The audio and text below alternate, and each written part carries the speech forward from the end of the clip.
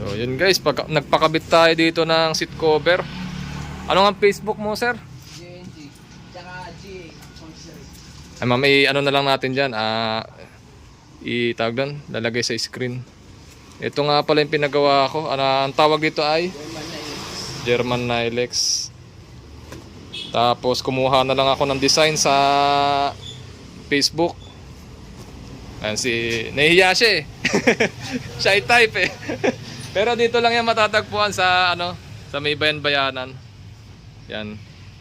Marami siyang ginagawa dito ngayon. O tara, kabit na natin. So ito guys, ang dami nila magkakabit, 3. Mabilisan talaga to. Yan, tingnan natin yung before and after. Yan ang stock na cover ng Avanza. Bali ito yung libre sa kasa eh. Ito lang, bali tela lang siya. Lalabhan pa pagka dumihan.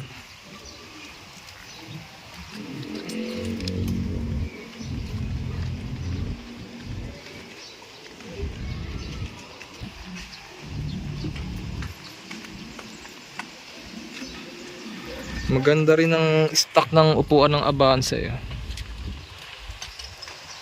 Kaso nga lang, tela lang. Kaya pag nadumihan, mahirap linisan. Kaya magpapakover tayo.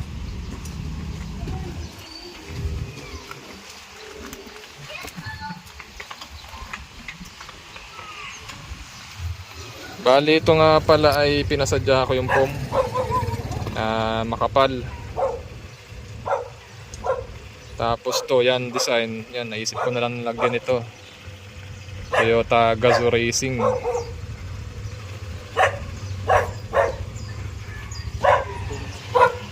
Tingnan natin pagka nakakabit na. So ito na guys, 23rd row. Kita nyo naman, ganda ng pagkakalapat, tsaka design. Yan, yung sunod naman natin papakita yung second row. Yan, hindi pa tapos. Mamaya natin na video. At ito naman sa second row. Yan, kita nyo naman. Lapat na lapat. Sa first row. Ito yung gumawa, ayaw magpakita eh. Shy type. Shy type siya eh.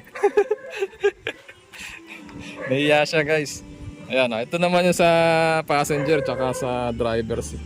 Yun, lupit.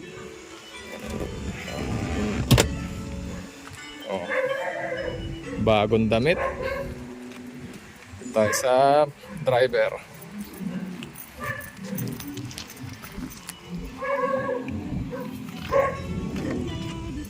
Yan. Bagong damit ni Danza. May libre pa yung pillow neck, tsaka ito libre na rin to sa armrest.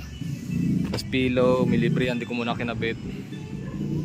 So ayun, sa mga gusto magpagawa lang, dito lang yan sa may bayan-bayanan. Ilalagay ko na lang yung Facebook page niya para kontakin nyo na lang kung magpapagawa kayo.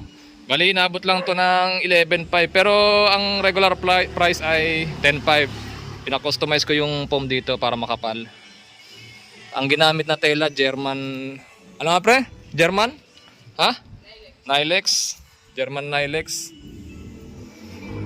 So yan, PM nyo na lang siya para mapag-usapan nyo.